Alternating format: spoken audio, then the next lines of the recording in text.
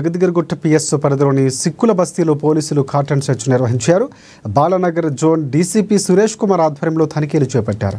మొత్తంగా 100 మంది పోలీసులు ఈ కాటన్ సెర్చ్లో పాల్గొన్నారు. సరైన పత్రాలు లేని 45 వాహనాలు, 2 బెల్ట్ షాపుల్లోని మద్యం బాటిల్ స్వాధీనం చేసుకున్నారు. 17 మంది పాత నేరస్తులు, అనుమానితులు పోలీసులు విచారించారు.